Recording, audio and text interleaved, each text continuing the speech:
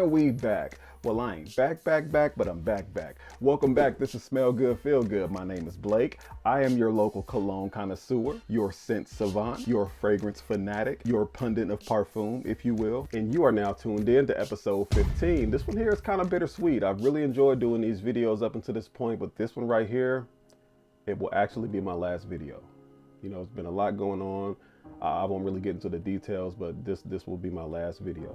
Yes, this will be my last video before moving on to the spring and the summer scents. Yes, it's officially spring. If you've noticed, I've only talked about cool weather scents, fall and winter scents. I typically like to talk about the fragrances while they're in season, but it's lit now. It's officially spring. I'm hyped about that because the warm weather fragrances are more of your lighter, fresher, cleaner scents, which I personally love. Some of the first fragrances I've ever bought were spring fragrances, so I'm super excited to talk about those. Just stay tuned. We're not going nowhere. But I did have to take like a 2 or 3 week break. You know, a few weeks ago, Mr. C kind of shut down my whole operation. No, not that Mr. C, that Mr. C. So that kind of stopped my momentum of the weekly drops. Then the week after that, I still sounded like Roscoe from Martin, so I had to skip that week too. It had me kind of tight because I don't like skipping weeks on these. It kind of messed up my whole schedule because now I got to talk about this one last cool weather scent, but we're well into spring now. But whatever, we back. One setback shall not impede progress. One monkey won't stop this show. If you haven't watched the last video, episode 14, it kind of got out of hand. We reviewed Tom Ford f***ing Fabulous. Maybe the best name for a fragrance ever, and the actual fragrance is exactly what the name states, at least in my opinion. If you haven't watched episode 14, check it out and leave a comment with your thoughts. And not that you asked, but what am I wearing today? We're not talking about cologne. We're talking about shoes. This one here is the Air Jordan 11 Cherries. Now look, I'm on record for saying these are overrated. I'm on record for saying I'm not interested in these. I'm on record saying I'm not gonna buy these, but look, I was on sneakers. The link was there. It said buy now. Size 13 was in stock. So I bought, like, what do you want? I bought the shoe. It's fire. Like, it's fire in person. I did speak too fast. It's not in my top 10, top 15 shoes, but it's a fire silhouette. I like it. The color blocking is nice. It's a nice, you know, spring and summer shoe. I like it. So what? I did jump out there and say it was overrated. I kind of still feel that way, but I bought it. But I ain't got to explain myself to you, and we're not here to talk about shoes. We're here to talk about these fragrances. The one we're reviewing today is probably the most expensive fragrance in my collection. No. This is definitely the most expensive fragrance in my collection. This one here, you can buy like $1,200 in Link with the cost of this one. Don't ask me how I know that. Listen, I do not condone the aftermarket purchase of Link, Snap, or food stamps. No. But back to the reason you're here, the fragrances. We'll get into the full review in just a second, but first, let's check out the presentation.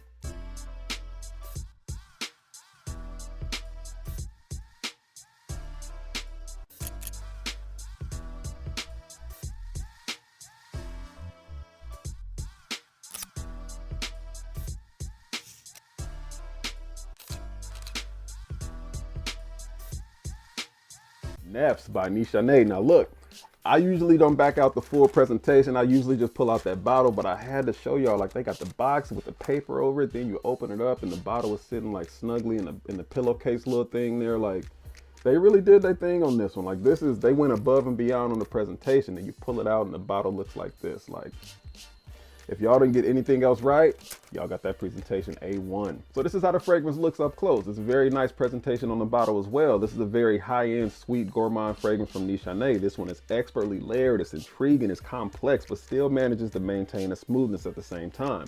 But is it worth the $600 price tag? I'm here to answer that question for you, but first, let's run down the notes. This one has top notes of honey, violet, sage, saffron, and fig. It has middle notes of rose, osmanthus, geranium, jasmine, and nutmeg. And it has base notes of amber, whiskey, oud, cinnamon, cedarwood, gurjum, leather, and vanilla. That's a lot of notes. Like, this could be either really, really good or really, really bad. I'm gonna tell you which one it is, but first, let's give it a spray. So on this opening, I smell heavy spice, heavy floral, heavy sweetness. I can only assume that the spice comes from the nutmeg, the floral probably comes from that rose and the violet, and that sweetness comes mostly from the honey, but partly from the saffron. The honey, although it's in the opening, it does stick around for the remainder of the wear, but the opening is like unpleasantly harsh and it does too much at once. But that harshness of the opening, it does die down, and that rose, it begins to intensify along with like a floral fruitiness from the jasmine and a peachiness from the osmanthus. That peachiness is pleasant, but I feel like it tends to get drowned out from all the other notes kind of fighting for position. transition. This is where it gets weird. So the harshness of the opening that I was talking about, it does die down, but I feel like it comes right back, and I can't really explain why or how, but it's like it's very off-putting and it's just unpleasant. Then the more time that passes, I feel like different notes they play lead at different times. I smell a booziness from the whiskey paired with like an added spice from the cinnamon. Then there's like a consistent sweetness in the background from the vanilla with an upfront woodiness from the oud and the cedar, with the oud being more prominent than the cedar. It ends still smelling sweet, but a warmth starts to develop from the amber, which becomes the dominant smell for the remainder of the wear, along with like a mellow honey and vanilla combination, which is honestly my favorite part about this fragrance. This one right here is odd because it doesn't really follow your typical opening, hard notes, dry down type of formula. For example, some of the base notes, you can smell it right in the opening. Some of those opening notes, they do dissipate, but then you smell it hours later. Some of the middle notes, you can smell it as soon as you spray it. It's just a very notoriously complex and ever evolving fragrance. That's a nice way to describe it. A more accurate way to describe it, in my opinion, is doing too damn much. I don't hate it, but do I like it? No. But do I appreciate all the complexity that it offers?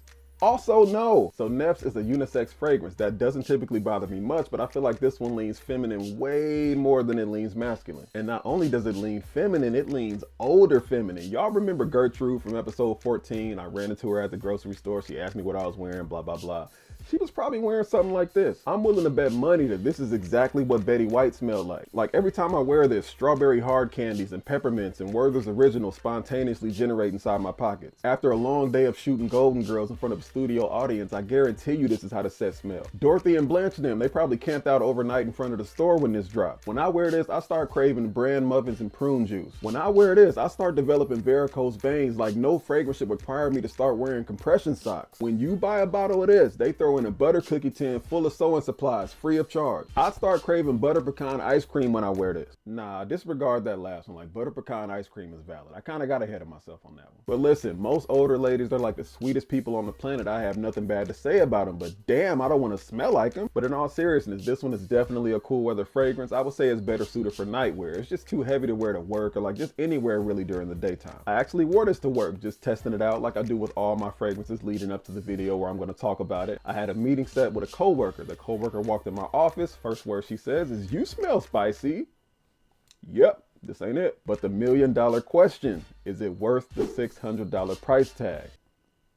Hell no. And you know me well enough to know I did not pay that retail price. No, I didn't pay $600. No, I didn't pay $500. No, I didn't pay $400. I didn't even pay $300. I didn't even pay $200 for this. Even at almost 70% off, I still feel like I overpaid for this. So to reiterate once again, no, it is not worth the $600 price tag, but as with everything on my channel, that's just in my opinion. If I had to say one good thing about this, the performance and the projection are both top tier. It projects extremely well, and the performance, it'll last you all day or well into the double-digit hour range. But that becomes a bad thing when the fragrance that's doing that is a fragrance that you don't really like, so yeah. But if I had to give this one a rating, I apologize to all the fragrance enthusiasts that gave this like 10 out of 10, 9 out of 10, you know, 9.5 out of 3.75 out of 10. That's what I give it. That doesn't necessarily mean that it's bad because all of the reviews that I've seen on this, they all seem to like it. They say it's top tier, top notch, 10 out of 10. So I don't want to say it's bad. I think the better way to say it is it's just not for me. If I had to be honest, like I don't see myself ever wearing this again. Like I may keep it in the collection just for collection purposes. A lot of people seem to like it. It's a very sought after, very highly rated fragrance, but I don't see myself ever backing this out on a nice day and be like, yeah, let me smell like Nefs. It's just not me. It's not me. But that pretty much wraps this episode up. Smell Good, Feel Good, episode 15. And remember, when you smell good, you feel good.